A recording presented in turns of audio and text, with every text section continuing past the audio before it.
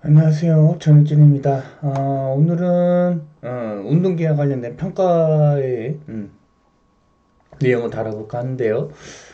운동기 같은 경우에는 추체로하고 추체 에러를 우리가 평가를 할 수도 있습니다. 물론 이걸 저희가 정확하게 평가하는 것은 아니고요. 이제 해부학적으로 봤을 때 환자의 근긴장도, 근력의 크기 정도, 그 다음에 이제 관절의 운동 범위 같은 것들을 다 같이 이제 확인을 해서 어, 여기 보시는 것처럼 추체로와 추체 외로에서의 그 기능이 근육의 기능과 중추신경의 기능이 적절하게 이루어지는지 확인할 수 있습니다. 물론 여러분들이 이제 지금 이제까지 했던 것들을 보시게 되면 관절이고 신체 검진이라고 해서 그냥 단순하게 그 부분에서의 기능을 확인하는 것은 아니고요. 아시다시피 우리 몸에 있는 대부분의 기능은 중추신경계의 지배를 받을 수밖에 없습니다. 그래서 근육에 관련된 움직임, 신체의 움직임, 혹은 근육의 강도 같은 것들, 힘의 세기 같은 것들도 모두 이제 중추신경계에 관련되어져 있다라고 보시면 될 것 같고, 물론 중추신경계는 멀쩡한데 말초신경계가 문제가 생겨서 양쪽의 힘이 다르다거나 혹은 운동 범위가 달라지는 경우도 왕왕 있습니다. 근데 요거는 지금 여기 단계에서 확인할 수 있는 것은 아니고요. 나중에 조금 더 자세하게 이야기를 할 겁니다. 그럼 단순하게 말씀을 조금 해드리자면, 그, 양쪽 모두가 이제 힘이 동일하게 빠져 있는 상태나 혹은 예민한 상태라고 하게 된다면 대부분 이제 중추신경계 문제일 가능성이 높고요. 한쪽은 힘이 정상인데 다른 쪽이 이제 힘이 빠졌다라고 했을 경우에는 대부분 말초신경계 문제일 가능성이 조금 높습니다. 물론 좌우 방구의 뇌 문제로 인해서 이제 좌우축이 달라지는 경우도 있는데 요거는 여기서 이제 우선은 배제를 하고 넘어갈 갈 거예요. 지금 평가 부분에서는요. 왜냐면 이제 좌우 방구에 의한 문제들은 우리가 나중에 배울 이제 뇌졸중 같은 것들 그거 좀 연결시켜 줘야 되기 때문에 지금 현재에서는 배제를 하고 넘어가도록 하겠습니다. 그래서 운동기는 어떻게 확인할 거냐? 근육의 크기, 긴장도, 강도 이렇게 확인을 할 건데 긴장도 평가를 해서 관절부를 구부리면서 이렇게 저항감을 확인한다라고 보시면 될 것 같고요. 그래서 경직, 강직, 이완, 과도 이렇게 넣을 수가 있는데 여기 경직은 관절부의 운동 끝에서 긴장도가 증가하는 거라고 보시면 될 것 같고 뇌졸중 환자에서 흔히 나타난다. 강직은 파킨슨병과 추체로 부작용일 때 대부분 많이 발생한다라고 보시면 되겠습니다. 그래서 톱니바퀴 동작은 응용된 저항 형태다라는 말이 있는데 요거는 이제 뒤쪽에서 한 번 더 이야기를 할 거고 그리고 유양 같은 경우에는 근육의 긴장도가 상실되어 팔다리가 축 늘어진다. 뇌졸중, 척추손상, 근래발의 증후군에서 흔히 나타나고요. 그리고 신장가도 같은 경우에는 수동 운동 시 긴장도가 갑자기 변한다라고 설명을 해주고 있는데 이거는 치매 때 흔히 나타난다라고 보여줄 거고 각각의 내용들은 뒤쪽에서 다시 한번 이야기를 합니다. 그 다음 강도 이런 것도 있지만 요거는 이제 나중에 한 번 더 보시면 좋을 것 같고요. 근육의 강도는 다섯 가지에서 0부터 5까지 나눌 거고요. 0 같은 경우에는 대부분 이제 무의식 환자나 사망 환자에서 저희가 측정하는 방법이라고 보시면 될 것 같고, 제가 평가하시는 분들은 대부분 1에서 5로 측정이 됩니다. 이제, 왜냐면 우리가 그 임상적 사망 환자 같은 경우에는 이 근육 강도를 평가하려고 일부러 시간을 할애하진 않잖아요. 그렇죠? 생존시키기 위한 여러 가지 조치를 취할 거기, 별도의 조치를 취할 거기 때문에 0은 대부분 쓰지 않는다라고 보시면 될 것 같고요. 그다음 ROM부터 지능 힘 평가, 팔의 긴장도 검사, 그다음에 이제 움직임 검사를 할 건데, 자, 운동 범위를 확인하시고요. 그 다음에 쥐는 힘, 그래서 여기가 뭐 4다, 클래스 4다, 클래스 5다, 뭐 이런 식으로 하게 되면, 여기 힘의 강도가 좀 달라진 거죠. 그죠? 그러면, 뭐 어떤 문제가 생겼다라고 얘기를 해주셔, 생각을 해주셔야 될 것 같고요. 그 다음에 이 평가자가 팔을 잡아당기려고 하고, 펴려고 하고요. 이 피평가자가 이제 그 구부리려고 할 때 근육 긴장도를 조금 확인해 볼 필요가 있겠다라는 것들, 그리고 엎침, 내침 같은 것들 확인을 해 주셔야 될 것 같고요. 그 다음에 빠르게 교대 운동에 의한 조직력을 검사한다라고 설명해 주고 있는데, 요거는 이제 이렇게 돌린다거나 아니면 이제 왔다 갔다 하는 교대 능력 등을 좀 확인해 주시면 될 것 같고요.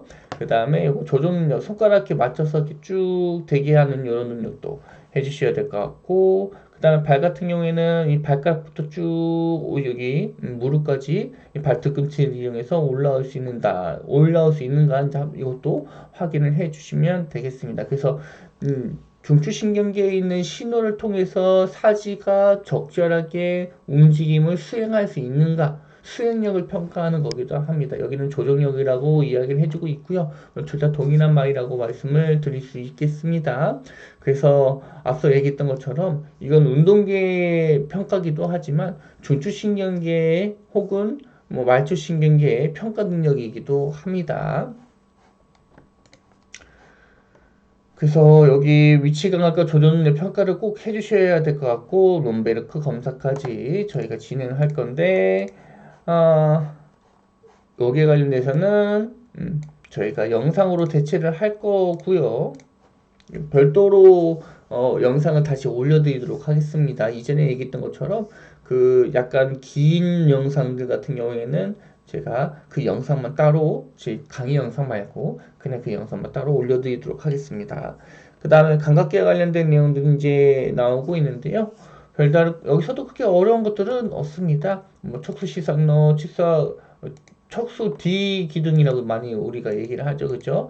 그래서 이제 저희가 잠재의식에 의해서 조절되는 것들이 있고요. 그 다음에 잠재의식이 아니고 그 여러 가지 반응, 외부적인 그 요인들에 의해서 저희가 감각적으로 이제 캐치하는, 포획하는 기능들도 따로 있습니다. 요거는 우리가 해부 생리학을 배우면서 어느 정도 기억을 해 주었던 내용들 다시 한번 떠올려 주시면 너무나 좋을 것 같고요. 그 다음에 피부 분들도 제가 이제 해부학에서 이야기를 했던 것 같습니다. 그래서 이거는 제가 따로 이야기를 하지는 않을 것 같고, 우리는 평가니까요. 그 검사할 때 이제 좀 중요하게 보셔야 될 거는 눈을 감는 상태가 되게 조금 중요할 수가 있는데요.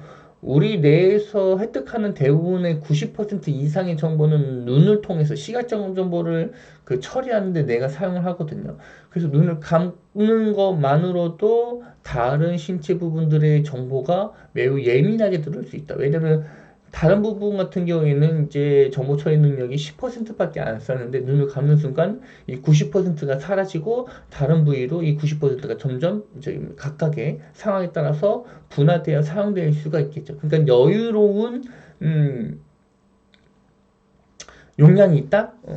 컴퓨터를 치게 되면 이제 정보 처리해야 될 부분들인데 계속 과도하게 100%를 다 사용하고 있는 상태에서 어느 것들을 이제 프로그램 같은 걸 종료했더니 이제 나머지 90%가 이제 놀고 있다라고 보시면 되겠습니다. 그래서 눈을 감고 하시는 것이 생각보다 중요하다라고 보시면 될 것 같고요.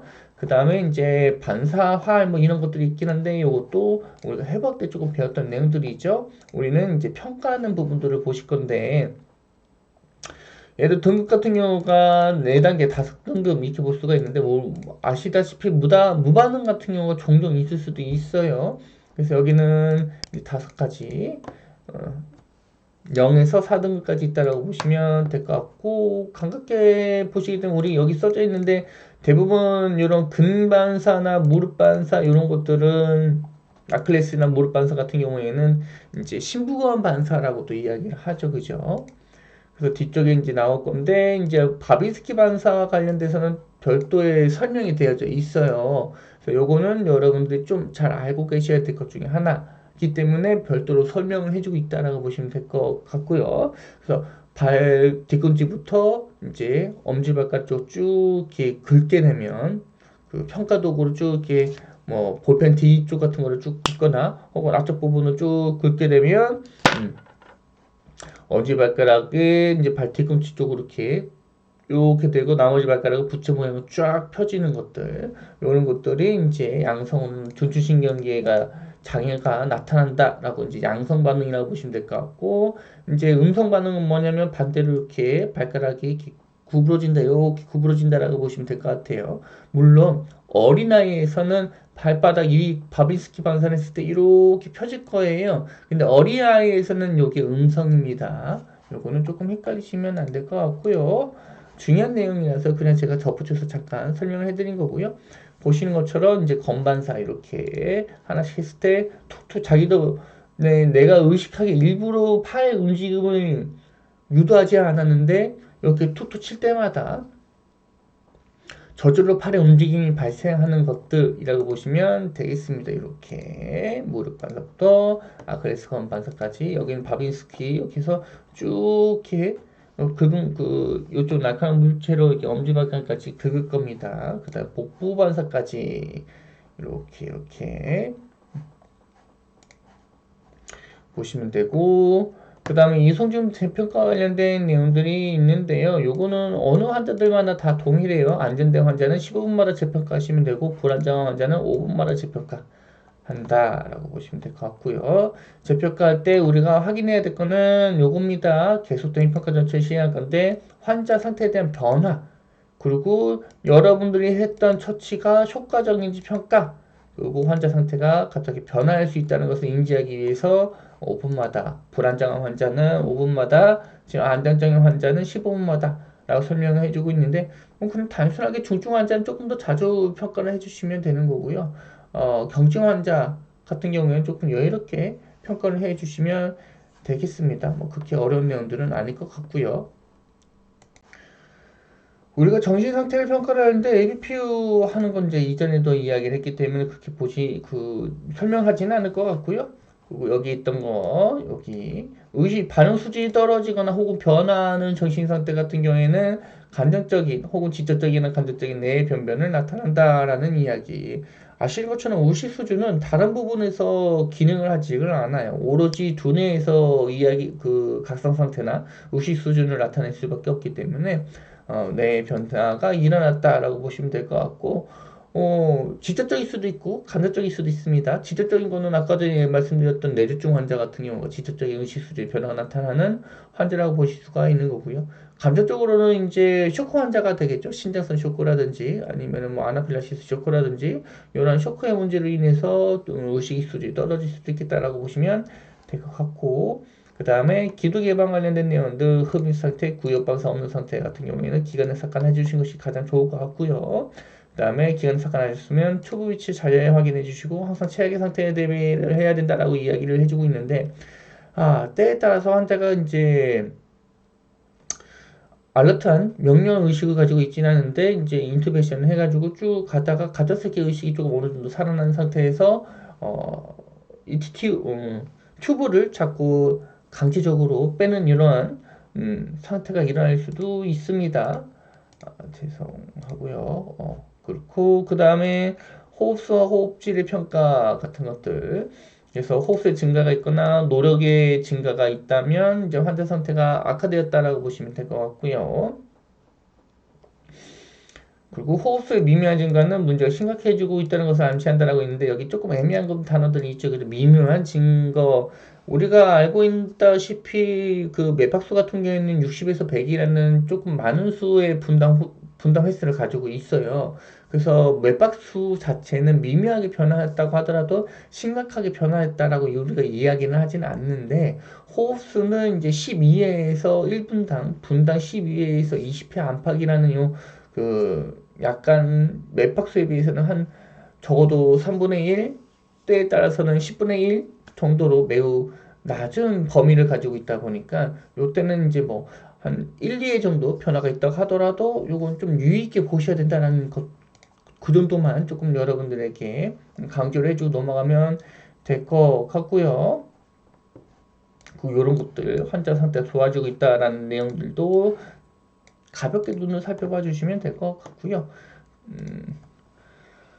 그 다음에 맥박수하고 맥박의 질이라는 것이 이제 있는데,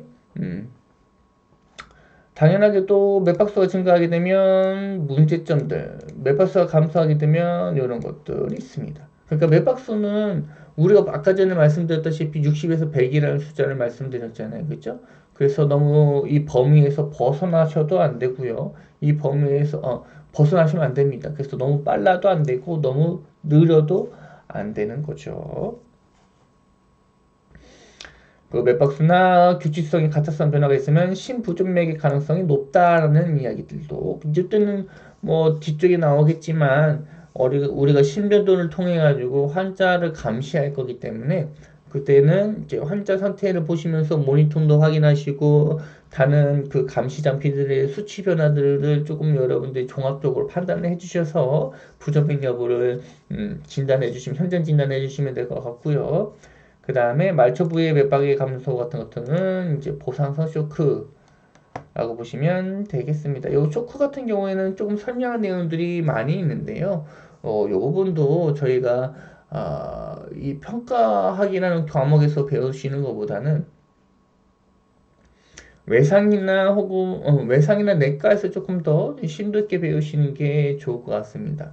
뭐 보상성 쇼크, 비보상성 쇼크, 그다음 비가해성 쇼크 이렇게 진행되는 과정들에서 이야기를 할 건데 처음에 잠깐 간단하게만 말씀을 드리자면 쇼크가 발생하고 난 후에 환자의 순환계가 적절하게 이루어지지 못하는 상황에서 그 지금 당장 환자가 생존하는 데 있어서 필요하지 않은 장기나 조직에게 혈액 공급을 감소시키는 단계가 보상성 쇼크라고 보시면 되겠습니다.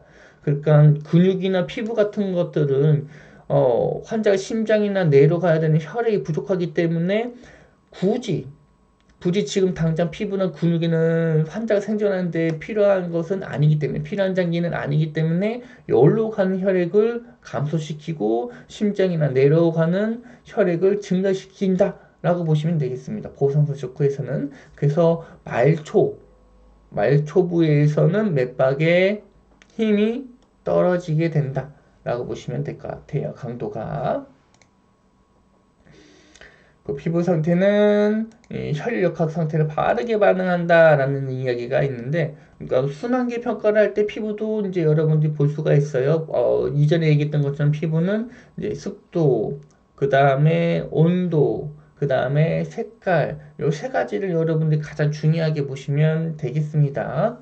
그래서 청색증은 색깔이겠죠, 그죠? 색깔, 산소가 저하되고 있다라고 보시면 될 것 같고, 그 다음에 창백하고 차가운 피부 상태는 순환량의 저하, 두드러기 같은 것들은 이제 알러지 반응, 그 다음에 국소화된 발작과 온감 같은 경우에는 피하 출혈이나 혈관 확장 같은 것들이라고 보시면 될 것 같고요. 그래서 온감 따뜻한지 차가운지도 확인해 주셔야 될 것 같고, 지금 정상적인 피부 색깔, 혈액순환이 잘 진행되고 있는 정상적인 색깔, 피부 색깔인지도 한번 확인해 볼 필요가 있고, 그 다음에 건조한지 아니면은 이제 축축한지도 확인을 해주셔야 될 것 같습니다. 그다음 여러분들이 이제 확인해 주셔야 될 거는 우선순위를 이제 확인하는 것들인데요. 안정되어져 있던 환자가 병원으로 이송되는 도중에 갑작스럽게 상태가 악화되어져 있고 세밀관을 처치 실시하면서 우선적으로 이송할 수 있도록 결정한다라는 말이 이제 있는데 여기 조금 말이 이상할 수도 있어요. 이송하고 있는데 또 이송할 수 있도록 결정한다라는 말이 있는데 이게 왜 이상하냐? 이송이라는 단어가 이송 중인데 다른 곳을 또 이송하다 이송을 결정해라는 말이 있기 때문에 그런 거예요. 그냥 조금 정정을 하자면 내가 지금 가고 있는 병원 내서 이 환자의 악화된 상태를 중지할 수 있는 병원으로 다시 바꾼다. 경로를 바꾼다라고 보시는 것이 조금 더 적절할 것 같습니다. 그러니까 그냥 뭐 종합병원에 있는 응급실로 가다가 대학병원에 있는 응급실로 바꾼다. 요 정도로 여러분들이 생각해 주시면 될 것 같고요. 반대되는 경우도 있겠죠, 그죠? 이제 환자가 안정되면 이송의 결정 우선순위를 하향 조절할 수 있다라는 이야기도 있고, 물론 이성의 우선순위 같은 경우는 현장에서 이제 대부분 많이 결정되기는 합니다. 현장에서 대부분 결정이 되고, 그 결정대로 끝까지 가는 경우가 많긴 하지만, 이성 중에도 변경은 낼 수 있겠다. 환자 상태가 안 좋으면, 그렇게 좀 기억해 주시면 될 것 같고, 그 다음에 활력 징후와 관련된 내용들은 이전에 했던 것들하고 크게 뭐 다른 것은 없어요. 이성준 재평가에서. 그 환자 혈압 저하, 그다음 맥박수 같은 것들 조금 중요하게 보셔야 되겠다. 물론 여기에는 써져 있진 않지만 앞서서 있어서 써져 있는 것 같지는 않아요. 이제 호스 같은 것들도 조금 확인을 해주시면 좋겠다. 활력 중에서 제가 봤을 때 제 개인적으로 판단했을 때 가장 중요한 것은 혈압, 그 다음에 맥박, 그 다음 호흡, 그 다음 체온, 뭐 요 정도가 될 것 같습니다. 물론 뭐 SpO2 같은 것들도 이제 포함해서 확인을 해볼 수가 있을 것 같긴 한데, 이런 기계 장치들을 사용했을 때는 조금 이제 환자의 상태에 따라서 부적절한 수치가 나올 수도 있어가지고, 기계 장치에 대한 그 디지털 장비 같은 것들은 조금, 어, 보조적인 정보를 여러분들 보시는 것이 조금 좋을 것 같습니다. 그 다음에 이제 보셔야 될 것이 맥박이 약해지면서 맥압이 좁아지는 여러 가지 상황들에 대해서 이야기를 해주고 있죠, 그죠? 신전두리증, 긴장성 과시증, 저혈량 쇼크. 근데 요거 모두 다 쇼크 상태다라고 보실 수가 있습니다. 그래서 맥박이 약해지면서 혈압이 좁아지게 되면 그냥 쇼크네라고 보셔도 돼요. 쇼크. 우리가 신장독립증하고 긴장성 공기가슴증 같은 경우에는 이제 패스슨 쇼크라고도 이야기를 많이 하거든요. 물리적으로 순환계가 막혀져 있다라고 보시면 되는 거고요. 그리고 이거는 아까 전에 얘기를 했으니까 별도로 언급은 하지 않고 제가 넘어가도록 할 거고요.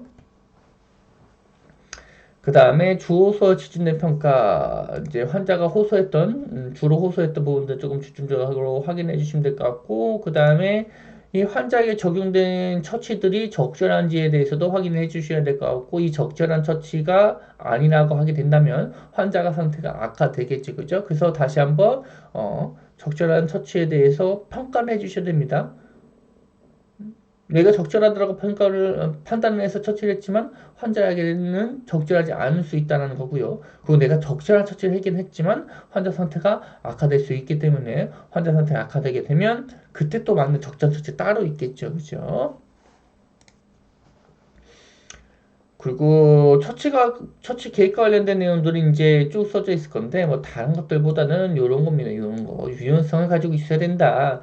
내가 한 모든 평가와 처치가 완벽하다라는 생각을 가지고 계시면 절대로 안 되겠죠. 그죠?